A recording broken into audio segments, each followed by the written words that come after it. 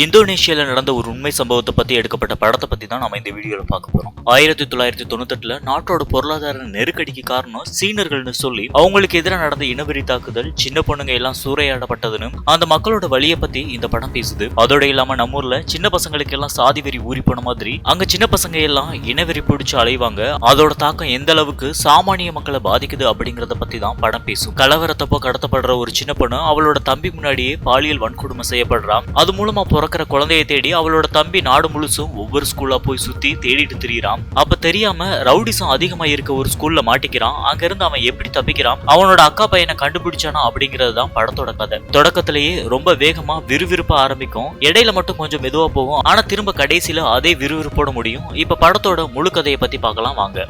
படத்தோட opening scene 1988ல ஒரு ஸ்கூல்ல காட்டுறாங்க. ஸ்டூடெண்ட்ஸ் எல்லாம் அங்க இங்கேயுமா ஓடிட்டு இருக்காங்க. ஒரு பையன் மட்டும் மரத்துக்கு கீழே உட்காந்து படம் வரைஞ்சிட்டு இருக்கான். அங்க வர பான்கா அப்படிங்கிறவன் இவனோட படம் நல்லா இருக்குன்னு சொல்லிட்டு நீ சில்வியாவோட தம்பி தானே கேட்கிறான். அதுக்கு அவன் ஆமான்னு சொல்லிட்டு மறுபடியும் படம் வரைஞ்சிட்டு இருக்கான். இந்த லவ் லெட்டரை உங்க அக்கா கிட்ட கொடுத்துறியான்னு பான்கா அவங்க கிட்ட கேட்கிறான். அதுக்கு அவன் வேணும்னா நீயே போய் கொடுத்துக்கன்னு சொல்றான். அதுக்குள்ள அவனோட அக்கா சில்வியா அங்க வந்து என்ன நடக்குதுன்னு கேட்கிறா. அதுக்கு தம்பி இவன் உங்ககிட்ட லவ் லெட்டர் கொடுக்கணுமான்னு சொல்றான். இதை கேட்டுட்டு ஷாக் ஆகுறாவ. நீ என்ன வேலைக்கு அப்ளை பண்ற, இந்த மாதிரி லெட்டர் வந்து கொடுக்குறேன், உனக்கு பேசணும்னு ஆசை இருந்தா எனக்கு மெசேஜ் இல்ல கால் கொடு பேசலாம்னு சொல்றான். அப்ப பெல் அடிக்க ஆரம்பிச்சிருது. இப்பதான் பிரேக் விட்டாங்க, ஆனா அதுக்குள்ள பெல் அடிக்கிறாங்கன்னு எல்லாரும் குழப்பத்தோட கிளாஸ்க்கு கிளம்புறாங்க. அங்க இருக்க டீச்சர் வெளியில பயங்கரமான கலவரம் நடந்துட்டு இருக்கு, எல்லாரும் உடனே வீட்டுக்கு கிளம்புங்க, வேற எங்கேயும் சுத்திட்டு தெரியாதீங்கன்னு சொல்லி அனுப்பி வைக்கிறாரு. எல்லாரும் வேக வேகமா வெளியில கிளம்புறாங்க. அப்போ பான்கா இந்த நிலைமையில வெளியில போறது பாதுகாப்பானது இல்ல, பேசாம என்னோட கார்ல வாங்க, நான் உங்களை வீட்டுல விட்டுறேன்னு சொல்றான். ஆனா சில்வி அதெல்லாம் வேண்டாம், நாங்க பஸ்லயே போய்க்கிறோம்னு சொல்லிட்டு கிளம்பிடுறான். உடனே பான்காவும் நானும் அவங்களோட போறேன், நீங்க வீட்டுக்கு கிளம்புங்கன்னு டிரைவர்ட்ட சொல்லிட்டு நடக்க ஆரம்பிக்கிறான். இப்ப எல்லாரும் பஸ்ல போயிட்டு இருக்காங்க. எட்வின் அவனோட அம்மா அப்பாவுக்கு கால் பண்ணி பாக்குறான். ஆனா போன் ஸ்விட்ச் ஆஃப்னு வருது. கொஞ்ச தூரம் போனதும் வெளியில பயங்கரமா கலவரம் நடந்துகிட்டு இருக்கு. எல்லாரும் அங்கேயும் இங்கேயுமா ஓடிட்டு இருக்காங்க. சீன வழி வந்த மக்கள் நிறைய பேரோட கடைகள் எல்லாம் சூறையாடப்படுது. ஒரு சிலர் கூட்டமா சேர்ந்துட்டு சீன வழி மக்களை அடிச்சு கொடுமைப்படுத்திட்டு இருக்காங்க. அப்ப பஸ்குள்ள எட்வின் சில்வியாவும் இருக்கிறத கவனிக்கிற போராட்டக்காரங்க சீனாக்காரனுங்க உள்ள இருக்காங்கன்னு சொல்லி சத்தம் போட ஆரம்பிக்கிறாங்க. நிலைமை மோசமாகிறது தெரிஞ்சுட்டு டிரைவர் எப்படியோ பஸ் எடுத்துட்டு அங்கிருந்து கிளம்பலாம்னு முயற்சி பண்றான். ஆனா அதுக்குள்ள அந்த கூட்டம் பஸ்குள்ள ஏறி சில்வியாவை வலுக்கட்டாயமா இழுத்துட்டு போறாங்க. பின்னாடி கத்திக்கிட்டே எட்வினும் பான்காவும் ஓடுறாங்க. கொஞ்ச தூரம் போனதும் ஒரு சந்துக்குள்ள வச்சு அவகிட்ட தப்பா நடந்துக்க முயற்சி பண்றானுங்க. ஒரு பக்கம் தனியா கீழே விழுந்து கிடக்குற எட்வின் அக்கான்னு சொல்லிட்டு அழுதுட்டு இருக்கான். இந்த பக்கம் பான்கா அவங்க என்னோட ஃப்ரெண்ட்ஸ் விட்டுருங்கன்னு கெஞ்சுறான். அப்ப அந்த கூட்டத்துல இருந்த ஒருத்தன் நீ என்ன சீனாக்காரனான்னு கேட்டுட்டே அவனை அடிக்கிறான். அதோட இல்லாம ஒரு கத்தியை எடுத்து அவன் கையில கீறி அங்க இருந்து விரட்டி விடுறான். சில்வியா ரெண்டு பேரோட பேரை சொல்லி கத்திட்டு இருக்கா. ஆனா யாருமே உதவி பண்ற நிலைமையில இல்ல. அடுத்த கொஞ்ச நேரத்திலேயே அவளோட ஆடையை முழுசா கிழிச்சு எரிஞ்சிடுறாங்க. இதை பார்த்துட்டு எட்வின் வேகமா கத்திட்டு அங்க ஓடி வரான். ஓங்கி அடிச்சு அடியில அவன் அங்கேயே மயக்க போட்டு விழுந்துடுறான். கண்ணு முழிச்சு பார்க்கும்போது அங்க யாருமே இல்ல.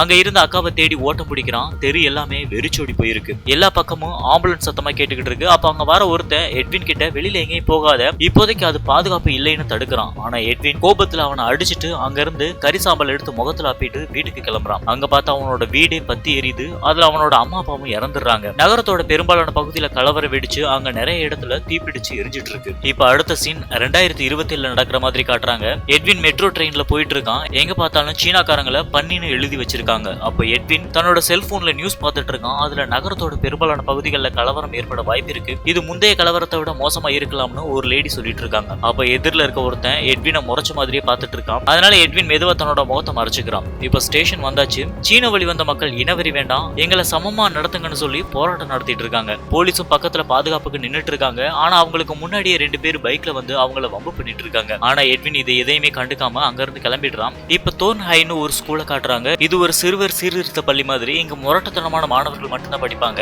எங்க பாடம் சொல்லி கொடுக்கறதே ஆசிரியர்களுக்கு ஒரு பெரிய சவாலான விஷயம். அந்த ஸ்கூலுக்கு வெளியில ஸ்டூடெண்ட் ஒருத்தனை காணாம போஸ்டர் ஒட்டி இருக்காங்க.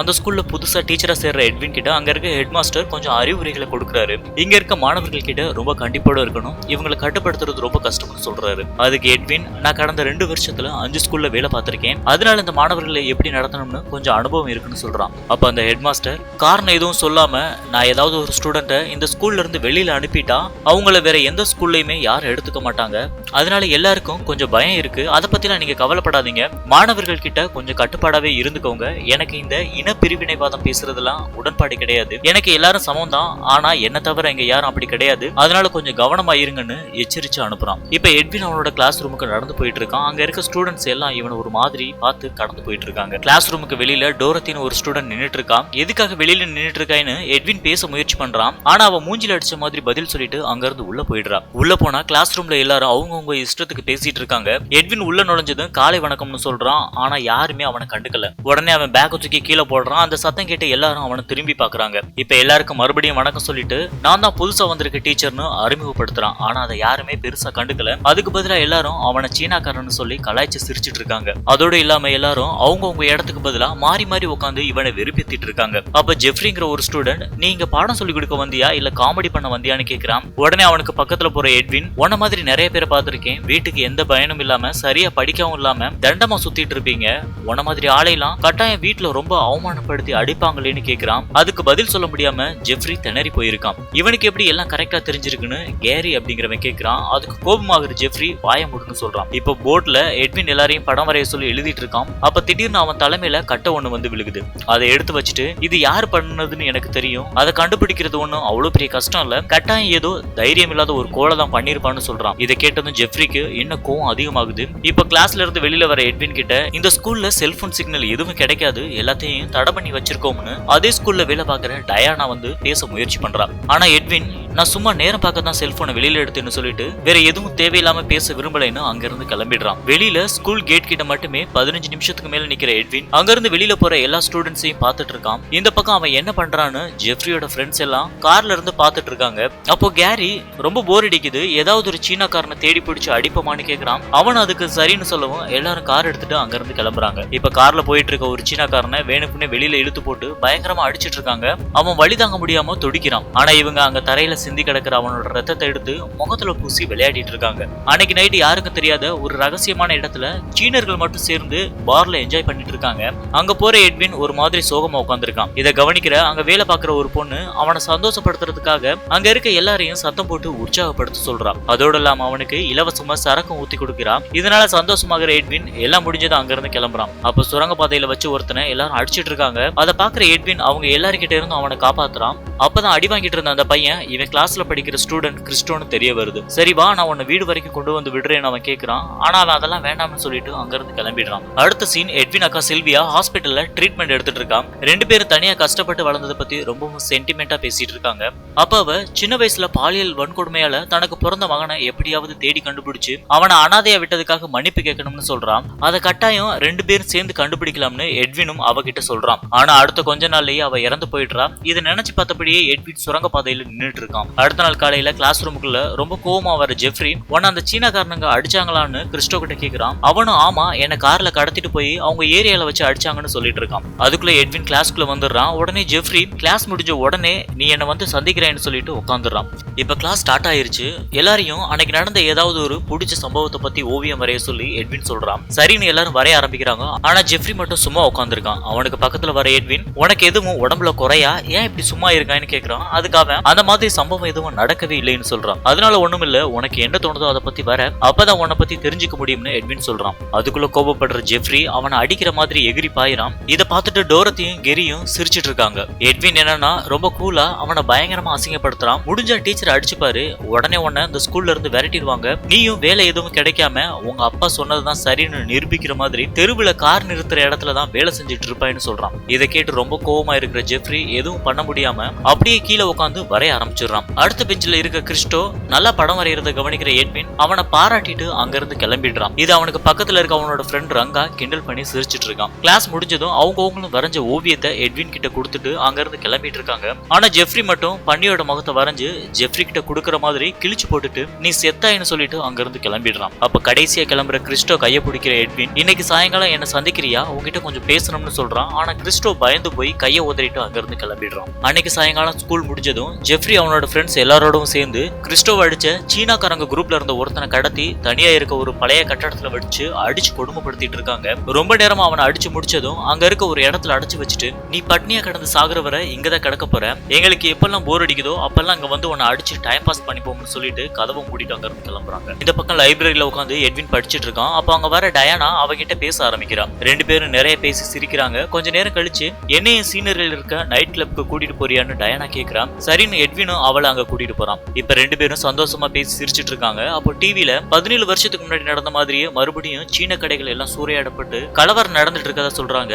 இதனால அங்க கொஞ்சம் பரபரப்பா இருக்கு. அது ரொம்ப தூரத்தில் நடந்துட்டு இருக்கு. எப்படி நம்ம இடத்த ரீச் பண்ண நாள் ஆகும்னு சொல்லிட்டு அங்க இருந்து எல்லாரும் கிளம்பிடுறாங்க. நான் வேணும்னா உன்னை வீட்டுல விட்டுறவான்னு எட்வின் கேக்குறான். ஆனா டயானா என்ன பத்தி நீ கவலைப்படாத, உனக்கு தான் ஏதாவது பிரச்சனை வரும், நீ பாத்து போன்னு சொல்லிட்டு அங்க இருந்து கிளம்பிடுறான். அப்ப ரோட்ல தனியா நடந்து போயிட்டு இருக்க எட்வினை யாரோ ஒருத்தன் முகமூடி போட்டுட்டு வந்து தாக்க ஆரம்பிக்கிறான். எட்வின் அதை எப்படியோ சமாளிச்சு அவனை திரும்ப அடிச்சிடறான். கடைசியில் அவங்கிட்ட இருக்க கத்தியை பறிச்சு அவனோட தொடையிலேயே குத்தி அனுப்பிடுறான். வழி தாங்க முடியாம அங்கிருந்து ஓட்டம் பிடிக்கிறவன் காருக்குள்ள ஏறி முகமுடிய கழட்டுறான். அப்பதான் அது ஜெஃப்ரின்னு தெரிய வருது. அடுத்த நாள் காலையில ஹெட் மாஸ்டர் ரூம்ல இருந்து எட்வினை வர சொல்லியிருக்காங்க. நீ எதுவும் பேசாத, ஒருவேளை பிரச்சனை பெருசாகிட்டா அந்த ஜெஃப்ரி ஏதாவது பழி வாங்க பாப்பான்னு டயானா சொல்றா. ஆனா எட்வின் என்னால போயெல்லாம் சொல்ல முடியாதுன்னு சொல்லிட்டு அங்க இருந்து கிளம்புறான். இப்ப ஹெட் மாஸ்டர் ரூம்ல ரெண்டு பேரோட விவாதத்தையும் கேட்கிற ஹெட் மாஸ்டர் ஜெஃப்ரியோட பேண்டை இறக்கி காட்ட சொல்றாரு. அப்ப அவனோட கால் ஃபுல்லா காயமா இருக்கத பார்த்து எட்வின் அவன் மேல ரொம்ப இறக்கப்படுறான். ஆனா இதை பார்த்து கோவப்படுற ஹெட் மாஸ்டர் அவனை ஸ்கூல்ல இருந்து வெளியில விரட்டி விட்டுறாரு. அதோட இல்லாம நீ மட்டும் என்னோட பிள்ளையா இருந்தா உன்னை எப்பவோ தூக்கி எரிஞ்சிருப்பேன்னு சொல்லி அவமானப்படுத்துறாரு. இதை கேட்டு ஜெஃப்ரி ரொம்பவும் மனசு உடைஞ்சு போயிடுறான்.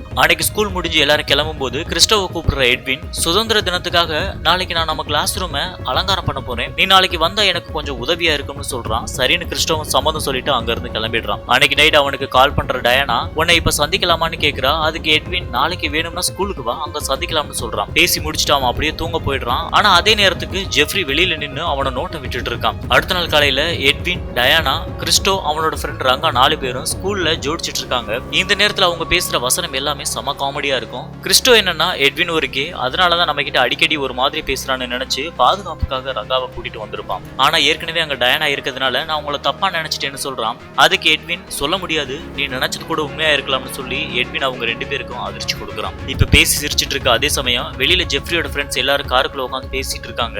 எப்பவும் அந்த ஸ்கூல்ல காவலுக்கு இருக்க 2 போலீஸ் கலவரம் அதிகமாகிட்டு இருக்குன்னு செய்தி வரவும் உடனே அங்க இருந்து வீட்டுக்கு கிளம்பிடுறாங்க. இதான் சரியான நேரம்னு ஜெஃப்ரி அவனோட ஃப்ரெண்ட்ஸும் கையில ஆயுதங்களை எடுத்துட்டு ஸ்கூலுக்குள்ள போறாங்க. அந்த நேரத்துக்கு கரெக்டா செக்யூரிட்டி ரூமுக்கு போற ரங்கா இவனுக்கு எல்லாம் ஆயுதங்களோட வரதை பார்த்துட்டு வேகமா ஓடி போய் எட்வின் கிட்ட சொல்றான். உடனே அவங்க எல்லாரும் அங்க இருந்து ஓட்டம் பிடிச்சு தப்பிக்கிறதுக்கான வழியை தேடுறாங்க. ஆனா எல்லா பக்கமும் அடைச்சிருக்கு. அதுக்குள்ள ஜெஃப்ரி குரூப் உள்ள நுழைஞ்சு இவங்களை விரட்ட ஆரம்பிக்கிறாங்க. அவங்க கிட்ட இருந்து தப்பிச்சு எல்லாரும் ஒரு பெரிய அறைக்குள்ள போய் ஒளிஞ்சுக்கிறாங்க. இப்ப வெளியில நிக்கிற ஜெஃப்ரி ரொம்ப நேரமா எட்வினை வெளியில வர சொல்லி கத்திட்டு இருக்கான். பாதுகாப்புக்கு இருந்த போலீஸ் எங்க போனாங்கன்னு அவங்க புலம்பும் போதே கலவரம் அதிகமாயிருச்சு, அதனால அவங்க யாருமே அங்க இல்லைன்னு ரங்கா செக்யூரிட்டி ரூம்ல இருக்க டிவில பாத்தேன்னு சொல்றான். இப்ப போலீஸ் வர வர என்ன பண்றதுன்னு தெரியாம எல்லாரும் குழம்பி போயிருக்காங்க. அப்ப ஜெஃப்ரி வெளியில வந்த ஒன்ன மட்டும் வச்சுட்டு மத்த எல்லாரையும் விட்டுறேன்னு சொல்றான். அதை கேட்கிற எட்வின் சரின்னு கதவை திறக்க போறான். ஆனா டயானா அவன் போய் சொல்றான், கட்டாயம் அந்த மாதிரி பண்ண மாட்டான், இதுக்கு சாட்சி எதுவும் இருக்க கூடாதுன்னு எங்க எல்லாரையும் கொண்டுடுவான்னு சொல்றான். கொலை பண்ற அளவுக்குலாம் அவன் பெரிய ஆள் இல்லைன்னு எட்வின் சொல்றான். அப்பதான் கிறிஸ்டோ அவன் ஏற்கனவே ஒரு கொலை பண்ணிருக்கான், ஒரு நாள் சரக்கு அடிச்சுட்டு முழு போதையில என்கிட்ட உளர்னா, நான் கூட சும்மா சொல்றான்னு நினைச்சேன், அதை எனக்கு வீடியோவும் அனுப்பியிருக்கான், ஆனா எனக்கு பயமா இருக்கவும் அந்த வீடியோவை ஒரு தடவை கூட திறந்து பார்க்கலன்னு சொல்றான். இதை கேட்டு எல்லாரும் அப்படியே மிரண்டு போய் நிக்கிறாங்க. அப்படி யார கொண்டான்னு டயானா அவன் கிட்ட கேக்குறா. அதுக்கு அவன் ஸ்கூலுக்கு வெளியில இருக்க போஸ்டர்ல காணாம போனதா சொல்லப்படுற அந்த பையன் தான் சொல்றான். அதையும் போலீஸ்ட சொல்லலன்னு டயானா மறுபடியும் கேக்குறான். அதுக்கு அவன் என்னையும் கொன்னுடுவானோன்னு ஒரு பயந்தான்னு சொல்றான். சரி அந்த வீடியோ பாப்போம்னு எல்லாரும் போனை வாங்குறாங்க.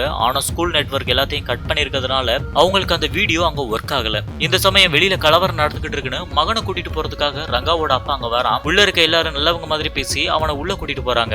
என்ன நடக்குதுன்னே தெரியாதவன் வெளியில கலவரம் நடந்துட்டு இருக்கு, எல்லாரும் பத்திரமா வீட்டுக்கு போங்க, ரொம்ப நேரமா இங்க இருக்காதீங்கன்னு அட்வைஸ் பண்ணிட்டு இருக்கான். உள்ள போனது ரங்கா பேரை சொல்லி அவன் கத்த ஆரம்பிக்கிறான். இதை கேட்டு பயந்து போற ரங்கா, அப்பா இங்க நிக்காதீங்க, தப்பிச்சு போய் போலீஸ்ட சொல்லுங்கன்னு கத்துறான். அதை கேட்டு ரங்கா அதிர்ச்சியாகி நிக்கிறான். அதுக்குள்ள அவன் அடிக்கிற ஜெஃப்ரி, ரங்கா நீ இப்ப வெளியில வரலைன்னா உங்க அப்பாவை கொன்னுடுவோம்னு மிரட்டுறாங்க. என்ன செய்யறதுன்னு தெரியாம எல்லாம் ஒன்னாலதான் ரங்கா எட்வின் கூட சண்டை போடுறான். அங்க அவனை சமாதானம் பண்ண கிறிஸ்டோவும் டயானாவும் முயற்சி பண்றாங்க. இன்னொரு பக்கம் கலவரம் ரொம்ப பெருசாயிருச்சுன்னு டிவில சொல்லிட்டு இருக்காங்க. உள்ள மாட்டிட்டு இருக்க ரங்கா அழுது புலம்பிட்டு இருக்கான். அங்க இருக்க கூட்டத்துல ஒருத்தன் பாவம் விட்டுலாம்னு ஜெஃப்ரி கிட்ட சொல்றான். இதை கேட்டு கோவமாகிற ஜெஃப்ரி வேகமா அவனை அடிக்க போறான். அவனை சமாதானம் பண்ணிட்டு அங்க இருக்க பென்சிலை வச்சு ரங்காவோட அப்பா நெஞ்சில குத்தி கேரி டார்ச்சர் பண்ண ஆரம்பிக்கிறான். அத டோரத்தையும் என்ஜாய் பண்ணி பார்த்துட்டு இருக்கான். அவன் வழிதாங்க முடியாம கத்துறான். இந்த சத்தம் கேட்டு உள்ள இருக்க எட்வின் மறுபடியும் ஜெஃப்ரிக்கு இப்படி எல்லாம் பண்றது தப்புன்னு அட்வைஸ் பண்றான். இதை கேட்டு கோவமாகிற ஜெஃப்ரி வேகமா அறிவால் எடுத்து ரங்கா அப்பாவோட முகத்துல வெட்டுறான். வழிதாங்க முடியாம அவன் பயங்கர சத்தமா கத்திட்டு இருக்கான். உள்ள இருக்க ரங்காவும் அழுதுட்டு இருக்கான். இதை தாங்கிக்க முடியாத எட்வின், நான் வெளியில வர ரெடி, ஆனா நீ மத்த எல்லாரையும் வெளியில விடணும்னு சொல்றான். ஜெஃப்ரி அதுக்கு சரின்னு சம்மதம் சொல்றான். இப்ப எல்லாரும் தூரமா போய் நின்னுட்டு ஒவ்வொருத்தர் பேரா சொல்லிட்டு இருக்காங்க. அப்ப கதவை திறந்துட்டு வெளியில வர எட்வின் வேகமா ரங்கா அப்பாவை உள்ள தூக்கிட்டு போயிட்டு மறுபடியும் கதவை மூடிடுறான். இதனால ஜெஃப்ரி எட்வின் போய் சொல்லி ஏமாத்திட்டான்னு ரொம்பவும் கோவப்படுறான். உள்ள வந்து பார்த்ததுக்கு அப்புறம் தான் தெரியுது ரங்காவோட அப்பாவுக்கு ரொம்பவும் காயப்பட்டிருக்குதுன்னு. இதை பார்த்துட்டு எதுக்காக எங்களை வெளியில விடாம மறுபடியும் உள்ளே கூட்டிட்டு வந்தாயின்னு சொல்லி ரங்கா சண்டை போடுறான். அவனுங்க மேல எனக்கு நம்பிக்கை இல்ல, ஏதாவது பண்ணிடுவாங்கன்னு எட்வின் சொல்றான். ஆனா அதை அவன் நம்ப மாட்டேங்கிறான். வேற வழி இல்ல, மறுபடியும் பேசி பார்க்கலாம், ஒருவேளை நீ வெளியில போயிட்டா பின்பக்க கதவை திறந்து விடு, அது மூலமா உள்ள இருக்க எல்லாரும் வெளியில தப்பிச்சு போயிடலாம்னு எட்வின் சாவி ஒண்ணு அவன் கையில கொடுக்குறான். இப்ப மறுபடியும் ஜெஃப்ரி கிட்ட கெஞ்சி எல்லாரையும் பின்னாடி போக சொல்றான். அதே மாதிரி எல்லாரும் ஜெஃப்ரியை திட்டிக்கிட்டே பின்னாடி போய் நிக்கிறாங்க. இப்ப கதவு திறந்தாச்சு. ரங்காவும் அவனோட அப்பாவும் வெளியில நடந்து போயிட்டு இருக்காங்க. அப்ப ஜெஃப்ரி கொஞ்சம் கொஞ்சமா இவங்களை நோக்கி நடந்து வந்துட்டு இருக்கான். பக்கத்துல வராத, அவங்க வெளியில போய் சேர்ற வர அங்கேயே நில்லுன்னு எட்வின் சொல்றான். ஆனா ஜெஃப்ரி அதை கேட்காம மறுபடியும் ஏமாத்திடுவான்னு நினைச்சு அவனை வெட்டுறதுக்காக வேகமா ஓடுறான். உடனே எட்வின் மறுபடியும் கதவை மூடிட்டு உள்ளே போயிடுறான். ஜெஃப்ரி அவனை திட்டிட்டே வெளியில நடந்துட்டு திரிகிறான். ரொம்ப நேரம் ஆகிருச்சு. இந்நேரம் வெளியில போயிருந்தா ரங்கா கட்டாயம் கதவை திறந்திருப்பான். ஆனா இன்னும் கதவை திறக்கலைன்னு சொல்லிட்டு எட்வின் ஜெஃப்ரி கிட்ட அவங்கள வெளியில விட்டியான்னு கேக்குறான். அதுக்கு ஜெஃப்ரி அவங்க வெளியில போய் ரொம்ப நேரம் ஆகிருச்சு, உனக்கு ஏன் அந்த சந்தேகம்னு கேக்குறான். அதுக்கு எட்வின் நீ போய் சொல்ற, அவங்க இன்னும் வெளியில போகல, இங்கதான் இருக்காங்கன்னு சொல்றான். இதுலயும் இவன் ஏதோ திட்டம் போட்டிருக்காங்கிறத தெரிஞ்சுக்கிற ஜெஃப்ரி 5 என்றதுக்குள்ள வெளியில வரலைன்னா ரங்காவோட அப்பாவை கொளுத்திருவேன்னு சொல்றான். சொன்ன மாதிரியே பெட்ரோலை ஊத்துனதும் அதை பார்த்துட்டு ரங்கா கெஞ்சிட்டு இருக்கான். ஆனா அடுத்த கொஞ்ச நேரத்திலேயே அவன் மேல தீய வச்சு கொளுத்திடுறான். இதை பார்த்துட்டு ரங்கா ஒரு பக்கம் துடிச்சிட்டு இருக்க, உள்ள இருக்க கிறிஸ்டோவும் எட்வினும் உதவி கேட்டு ஜன்னல் வழியா கத்திட்டு இருக்காங்க. அடுத்த கொஞ்ச நேரத்திலேயே ரங்கா அங்க இருந்து வேகமா ஓட்ட பிடிக்கிறான். அவனை கெரியும் இன்னொருத்தனும் துரத்திட்டு ஓடுறாங்க. அங்க போனா கதவு பூட்டி இருக்கு. வெளியில போக முடியாம ரங்கா தவிச்சிட்டு இருக்கான். அதுக்குள்ள அங்க போற 2 பேரு நீ எங்களோட ஃப்ரெண்டு, உன்னை எப்படி கொல்லுவோம், எங்களோட வந்து சேர்ந்துருன்னு சொல்றாங்க. ஆனா அதுக்குள்ள கைகளை பாயி ரங்காவை கேரி குத்தி கொன்னுடுறான். இதை பார்த்துட்டு இருக்க இன்னொருத்தன் ரங்கா நம்ம ஃப்ரெண்டுடா, அவனை எதுக்குடா கொன்னாயின்னு அவன் கூட வாக்குவாதம் பண்றான். இந்த சம்பவத்தை எல்லாம் பார்த்துட்டு உள்ள இருந்த ஒருத்தன் தனியா உட்காந்து அழுதுட்டு இருக்கான். இதை கவனிக்கிற ஜெஃப்ரி என்னாச்சுன்னு கேட்க அவன் வீட்டுக்கு போறேன்னு சொல்றான். வெளியில போய் போலீஸ்ட மாட்டி விட பாக்குறியான்னு ஜெஃப்ரி அவன் மேல கோவப்படுறான். அப்ப இன்னொருத்தன் உன்னோட அடுத்த திட்டம் என்னன்னு கேட்கிறான். அதுக்கு கோவமாகிற ஜெஃப்ரி இது எதுவுமே என்னோட திட்டம் இல்ல, இது நம்மளோட திட்டம், எல்லாரும் சேர்ந்து உள்ள இருக்க அவங்க எல்லாரையும் கொல்லணும், அதுதான் திட்டம்னு சொல்றான். இதை கேட்ட எல்லாரும் மிரண்டு போயிடுறாங்க. அதுவரை தைரியமா இருந்த டோரத்தி தனியா மறைஞ்சு நின்று அழுதுட்டு இருக்கான். இவங்க எல்லாம் அந்த பக்கம் பேசிட்டு இருக்க உள்ள இருந்து தப்பிக்க எட்வின் வழியை கண்டுபிடிச்சிட்டான். அப்பதான் அவன் தன்னோட அக்கா பையனை தேடிதான் ஒவ்வொரு ஸ்கூலா போயிட்டு இருக்கதாவும் இப்போது கிறிஸ்டோவா இருக்கலாம்னு ஒரு சந்தேகம் இருக்கதா டயானா கிட்ட சொல்லிட்டு இருக்கான். அதை கேட்டு அவ ஷாக் ஆகி நிக்கிறான். அதுக்குள்ள அங்க இருந்து தப்பிக்கிறதுக்கான வழியை கண்டுபிடிச்சு அது மூலமா நுழைஞ்சு செக்யூரிட்டி ரூம்ல இருக்க மேல் மாடி சாவியை எடுக்க போயிட்டு இருக்கான். அந்த பாதை கரெக்டா பாத்ரூம்ல போய் முடியுது. அதே நேரத்துக்கு அழுதுட்டு இருந்த ஜெஃப்ரி கூட்டத்தை சேர்ந்தவன் பாத்ரூம் போறேன்னு கிளம்புறான். அப்ப நானும் வரேன்னு ஜெஃப்ரியும் கெரியும் பின்னாடியே போறாங்க. எல்லாரும் உள்ள வரதை தெரிஞ்சுக்கிட்டு எட்வின் வேகமா ஒரு பாத்ரூம்குள்ள போய் கதவை முடிக்கிறான். உள்ள நுழையிற அந்த பையன் 2வதா இருக்க பாத்ரூம்குள்ள போறான். அங்க உட்காந்து அவன் ஃபீல் பண்ணிட்டு இருக்கும்போதே பட்டுன்னு கதவை உடைச்சிட்டு உள்ள நுழையிற ஜெஃப்ரி அவனை துடிக்க கண்டதுடமா வெட்டி கொள்றான். இந்த சத்தம் கேட்டு பக்கத்து பாத்ரூம்ல இருக்க எட்வின் மிரண்டு போயிருக்கான். வெளியில வந்ததும் எல்லாரும் எங்க சிம்னு கேக்குறாங்க. அதுக்கு கெரி பதில் எதுவும் சொல்லாம அவங்கள பார்த்துட்டு அங்க இருந்து நடந்து போறான். அதுலயே புரிஞ்சுக்கிற ஃப்ரெண்ட்ஸ் எல்லாரும் ரொம்ப பயந்து போயிருக்காங்க. இந்த பக்கம் எப்படியோ மறைஞ்சு போய் செக்யூரிட்டி ரூமை ரீச் பண்ற எட்வின் செல்போன் பயன்படுத்துறதுக்கு தடையா இருந்த மெஷின் ஆஃப் பண்ணிட்டு மேல் மாடி கதவுக்கு தேவையான சாவியும் எடுத்துட்டு கிளம்புறான். இதுக்கிடையில ஜெஃப்ரி பேசாம கதவை உடைச்சிடலாம்னு சொல்லிட்டு இருக்கான். அப்ப அங்க இருக்க ஒருத்தன் இங்க வெல்டிங் மிஷின் இருக்கு, அதை வச்சு ஈஸியா கதவை உடைச்சிடலாம்னு சொல்றான். உடனே ஜெஃப்ரி இவ்வளவு நேரம் ஏன்டா அதை சொல்லாம இருந்தாயின்னு அவனே அடிக்க போறான். அவன் எனக்கு இப்பதான் ஞாபகம் வருதுன்னு மன்னிப்பு கேட்கிறான். இப்ப அந்த மெஷின் எடுத்துட்டு வந்து ஓட்ட போட்டுட்டு இருக்காங்க. அந்த நேரத்துக்கு உள்ள இருக்க டயானாவும் கிறிஸ்டோவும் பயந்து போயிருக்காங்க. கொஞ்ச நேரத்துல கதவை உடைச்சிட்டு உள்ள போனா அங்க யாருமே இல்ல. உடனே எல்லாரும் நாலா பக்கமும் அவங்கள தேட ஆரம்பிக்கிறாங்க. அதே சமயம் இவங்க 3 பேரும் அங்க இருந்து தப்பிச்சு மேல் மாடிக்கு வந்துடுறாங்க. கரெக்டா அதே நேரத்துக்கு இவங்களும் அங்க வர 3 பேரும் ஒரு ரூமுக்குள்ள ஓடி போய் ஒளிச்சுக்கிறாங்க. அந்த 2 பேரையும் நான் திசை திருப்புறேன், நீங்க எப்படியாவது தப்பிச்சிருங்கன்னு எட்வின் அங்க இருந்து கிளம்புறான். அப்போ டயானா எட்வின் நீங்க பாடம் எடுக்க டீச்சரை ஒண்ணு வரல, அவனோட அக்கா பையனை தேடி வந்திருக்கான், நீதான் அந்த அக்கா பையனை நினைச்சிட்டு இருக்கான்னு கிறிஸ்டோ கிட்ட சொல்றான். அதை கேட்டு ஷாக் ஆகுறவன் நாங்க எல்லாரும் இங்கேயே தங்கிட்டோம்னு சொல்றான். இதை கேட்டு அவ எட்வின் மேல ரொம்ப பரிதாபப்படுறான். இப்ப எப்படி இவங்க 2 பேரும் அங்க இருந்து தப்பிச்சு வெளியில போயிடுறாங்க. இந்த பக்கம் எட்வினுக்கு அந்த 2 பேருக்கும் சண்டை நடந்துட்டு இருக்கு. இதுல முடிஞ்ச வரை எட்வின் அவங்களை அடிக்காம தடுத்துட்டு இருக்கான். ஆனா அந்த பசங்க இவனை கொல்றதுலயே குறியா இருக்காங்க. இதுல தடுமாறி ஒருத்தனை எட்வின் கொன்னுடுறான். இதை பாக்குற இன்னொருத்தன் எட்வினோட கழுத்துல கம்பியை வச்சு நெரிச்சிட்டு இருக்கான். அதுல இருந்து தப்பிக்க முடியாம திணற எட்வின் வெல்டிங் பண்ற மெஷினை வச்சு அவன் மூஞ்சியை பொசிக்கிட்டு அங்க இருந்து தப்பிச்சிடுறான். இப்ப எதிரில வர கேரி கிட்ட எதுவும் பண்ண வேண்டாம், 2 பேருமே இங்க இருந்து தப்பிச்சு பத்திரமா வீட்டுக்கு போயிடலாம்னு சொல்லிட்டு இருக்கான். ஆனா கேரி வேகமா தாக்குறதுக்காக இவனை நோக்கி ஓடி வரான். அதுல தடுமாறி விழுந்து அந்த இடத்துல தொங்கிட்டு இருக்கான். அப்ப அவன் கையை பிடிச்சிருக்க எட்வின் கத்தியை கீழே போடு, நான் உன்னை மேல தூக்கிடுறேன்னு கெஞ்சுறான். ஆனா கேரி வேகமா கத்தியால வெட்ட பாக்குறான். உடனே எட்வின் பிடிச்சிருந்த கையை விட்டுடுறான். இதுல கேரி கீழே விழுந்து செத்து போயிடுறான். இப்ப கீழே இறங்கி நடந்து போயிட்டு இருக்கும் போதே பாதி வெளியிலேயே ஜெஃப்ரி வந்து நிக்கிறான். அவங்கிட்டையும் இந்த சண்டையில வேண்டாம்னு எட்வின் ரொம்ப கெஞ்சி பாக்குறான். ஆனா ஜெஃப்ரி கேட்கிற மாதிரி தெரியல. 2 பேருக்கும் ரொம்ப நேரமா சண்டை நடந்துட்டே இருக்கு. எட்வின் ரொம்ப சோர்வாகிடுறான். அவனால அடிக்க முடியல, ரொம்ப தடுமாறிட்டு இருக்கான். ஒரு கடத்துக்கு மேல அவன் மேல ஏறி உட்காந்து கை 2ஐயும் பிடிச்சிட்டு எட்வின் பேசிட்டு இருக்கான். அப்ப கரெக்டா ஜெஃப்ரி ஃப்ரெண்ட்ஸ் எல்லாரும் அங்க வந்து சேர்ந்துடுறாங்க. ஜெஃப்ரி ரொம்ப சந்தோஷமா இவனை கொல்லுங்கன்னு அவங்க கிட்ட சொல்லிட்டு இருக்கான். அப்ப எட்வின் ஜெஃப்ரி ஒரு கொலகாரன், அவங்க கூட சேர்ந்து நீங்களும் உங்க வாழ்க்கையை அழிச்சுக்காதீங்க, இங்க இருந்து தப்பிச்சு போயிருங்கன்னு சொல்றான். ஏற்கனவே ஜெஃப்ரி மேல பயத்துல இருந்த அந்த 3 பேரும் உடனே கத்தியை கீழே போட்டுட்டு அங்க இருந்து ஓட்டம் பிடிக்கிறாங்க. இப்ப மறுபடியும் சண்டை நடந்துட்டு இருக்கு. கீழே இருக்க ஒரு கண்ணாடியை வச்சு எட்வின் நெஞ்சு மேலேயே ஜெஃப்ரி குத்திடுறான். வலி தாங்க முடியாம எட்வின் எட்வின் காலால எட்டி உதைக்கிறான். அப்ப தள்ளி போய் விழுகிற ஜெஃப்ரி கழுத்துல கரெக்டா கம்பி சொருகிடுது. இதை பார்த்துட்டு எட்வின் அவங்க கிட்ட மன்னிப்பு கேட்டு அழுதுட்டு இருக்கான். அடுத்த கொஞ்ச நேரத்திலேயே கலவரம் வெடிச்சு அவங்க இருக்கிற இடம் வரையும் பரவி வந்துருச்சு. உடனே எட்வின் அங்க இருந்து வேக வேகமா கிளம்புறான். ஸ்கூல்ல தாண்டி வெளியில வந்ததும் மொபைல்ல இன்டர்நெட் ஆன் ஆகி கிறிஸ்டோ மொபைல்ல இருந்த வீடியோ பிளே ஆகிடுது. அந்த வீடியோல ஜெஃப்ரி ஒருத்தனை வெட்டி கொள்றான். அப்பதான் ஜெஃப்ரி தன்னோட உண்மையான அம்மா அப்பா யாருன்னு எனக்கு தெரியாது, என்னோட அம்மாவை நிறைய பேர் சேர்ந்து பாலியல் வன்கொடுமை பண்ணுனாங்க, அதுல பிறந்த என்ன அனாதையா விட்டுட்டு போயிட்டாங்கன்னு சொல்றான். இதை பார்த்ததும் எட்வினுக்கு அதிர்ச்சியில மூச்சடைக்க ஆரம்பிக்குது. இவ்வளவு நாள் தேடிட்டு இருந்த ஜெஃப்ரி தான் அவனோட அக்கா பையனை நினைச்சு அவன் ஃபீல் பண்ணிட்டு இருக்கான். அதுக்குள்ள அங்க இருந்த கலவரக்காரனுங்க எட்வின் முகத்தை பார்த்துட்டு இவன் ஒரு சீனாக்காரன்னு விரட்ட ஆரம்பிக்கிறாங்க. அப்ப கரெக்டா ஒரு கார் வந்து நின்று அவனை காப்பாத்தி அங்க இருந்து கூட்டிட்டு போயிடுது. அவன மாதிரி உள்ள நிறைய சீனாக்காரங்க இருக்காங்க. அப்பதான் அந்த பையன் என் பேரு பான்கான்னு சொல்லி அறிமுகப்படுத்திக்கிறான். அவன் கையில இருக்க தழும்ப வச்சு சின்ன வயசுல தன்னோட அக்காவுக்கு லவ் லெட்டர் கொடுத்த அதே பையன் தான் இவன்னு தெரிஞ்சுக்கிறான். இதோட இந்த படம் முடியுது.